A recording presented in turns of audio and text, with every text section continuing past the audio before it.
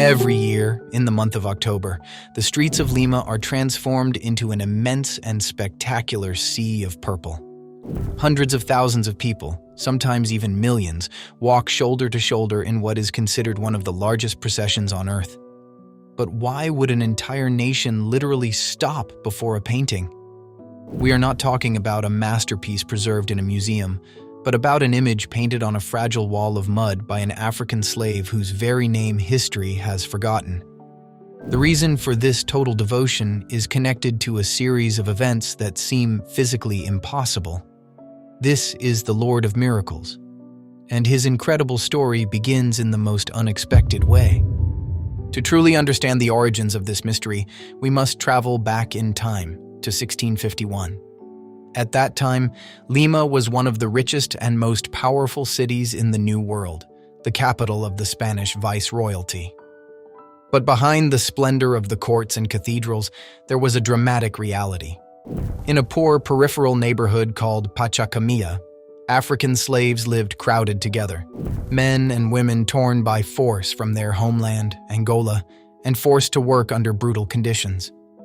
To find comfort, to support one another, and to bury their dead with dignity, these slaves organized themselves into a small brotherhood.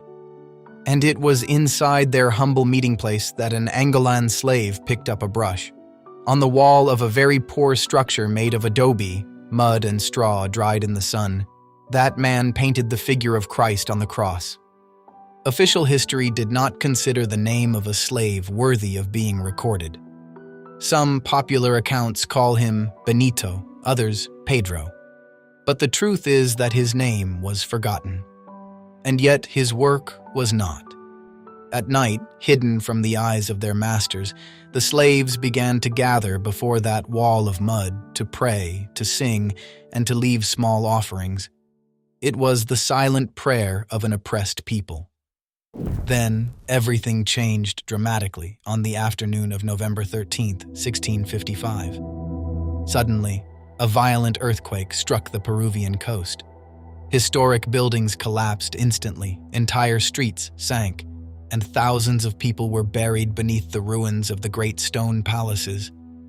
In the neighborhood of Pachacamilla, every single home was reduced to the ground, transformed into piles of earth and dust. Every single wall fell, except one. The fragile mud wall with the image of Christ remained perfectly intact, standing upright in the middle of the general devastation. Not even a crack had formed on the painted face of Jesus. Let us examine this fact. Adobe has historically been considered one of the most vulnerable materials during earthquakes. It has no flexibility and no real resistance to the lateral forces produced by seismic waves. During an earthquake, mud walls crumble easily, often much sooner than masonry structures.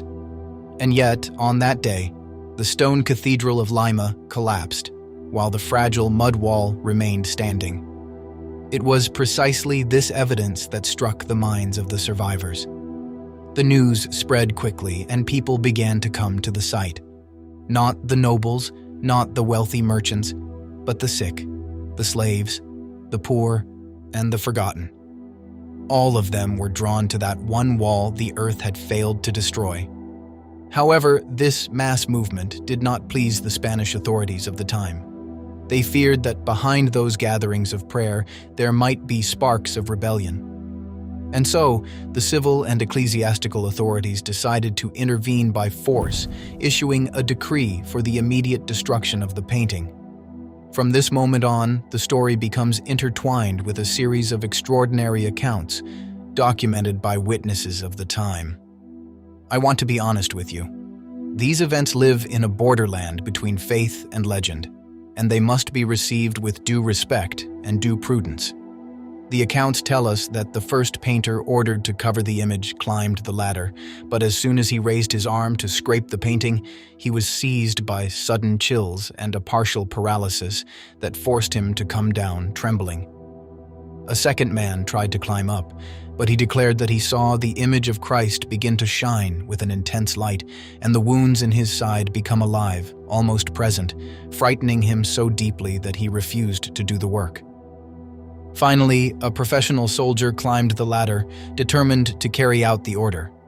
But he immediately came back down, saying that he had felt a deep inner anguish, an invisible force that physically prevented him from striking the wall. Faced with these unexplained events, and with the crowd beginning to protest strongly, the Viceroy of Peru decided to revoke the order. The image was never erased, and this is an undeniable historical fact.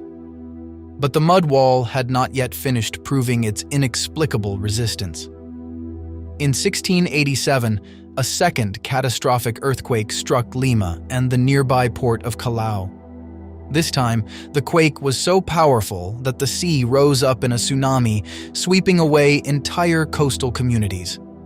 A chapel that the faithful had painstakingly built around the image of Pachacamilla was completely destroyed, reduced to ruins. But the fragile wall with the painted Christ remained standing once again, alone among the wreckage. It was in that year of suffering that a devout man named Sebastián de Antuñano, who had purchased that land to protect it, understood that the image could not remain confined to one place. Since it was physically impossible to carry a mud wall through the streets of the city, Antuñano commissioned an artist to make a faithful copy of the painting on canvas.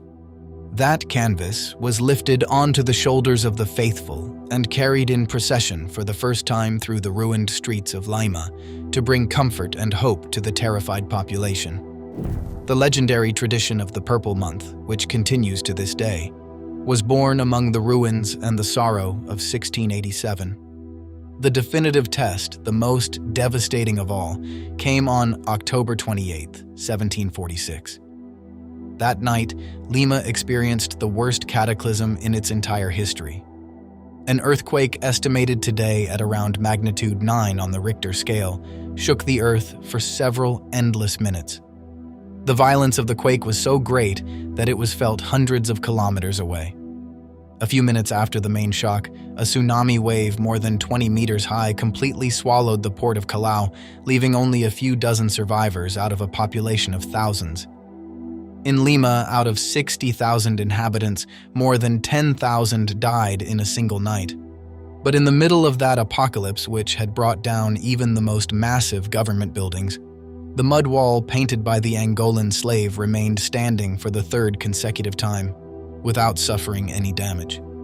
A critic might object by saying that, in major earthquakes, because of the dynamics of seismic waves and structural resonance, it can happen that isolated walls survive while everything else collapses. One might think it was simply a fortunate accident, and that human memory tends to remember only the wall that remained standing, forgetting the thousands that were destroyed. It is a legitimate objection, and it must be considered. But let us look at what the archival documents tell us. The three most devastating and catastrophic earthquakes in the history of Peru systematically brought down every stone and masonry structure in the capital. And every single time, the same fragile and weak wall of mud remained standing, without a single crack. Once can be called luck. Twice can be called an extraordinary statistical coincidence. But 3 times is the reason an entire nation decided to stop calling it luck and began calling it a miracle. Even today, anyone can go to Lima and stand before that original wall, devoutly preserved inside the main altar of the Church of the Nazarenes. It has never been moved from there. The most striking part of this entire story, however, is not connected to physics or seismology, but to historical and human justice. The man who painted that Christ, the man who began all of this, has been lost in time. He was an African man reduced to slavery, stripped of his homeland, his freedom, and even his original baptismal name. But the painting he made with love on a wall of mud, in the poorest and most despised corner of the city, survived the colonial empire that had chained him. It survived the censorship of the powerful, the bulldozers of history, and the most violent earthquakes. Every year, throughout the month of October, hundreds of thousands of faithful pour into the streets, carrying on their shoulders the copy of that painting in one of the most majestic and moving processions in the entire world. It is the triumph of weakness over the strength of stone. It is the redemption of a forgotten man who left an indelible mark on history. The Spanish Empire has fallen, but that fragile wall of mud is still there. This is the Lord of miracles. If these are the stories you do not want to see, forgotten or buried by time, we are working hard to give a home to the Christian Way Center project. You can find the link to support this project in the first comment below. And before we say goodbye, I would like to leave you with a question to reflect on. Everything considered strong and indestructible in that city collapsed, while the weakest and humblest thing remained standing. Why do you think God so often chooses what is weak to confound the strong and to make His presence endure beyond the power of men? Let us join together in this simple but profound prayer to make our voice and our faith heard. Jesus, Lord of miracles, heal my weakness. May God bless us all.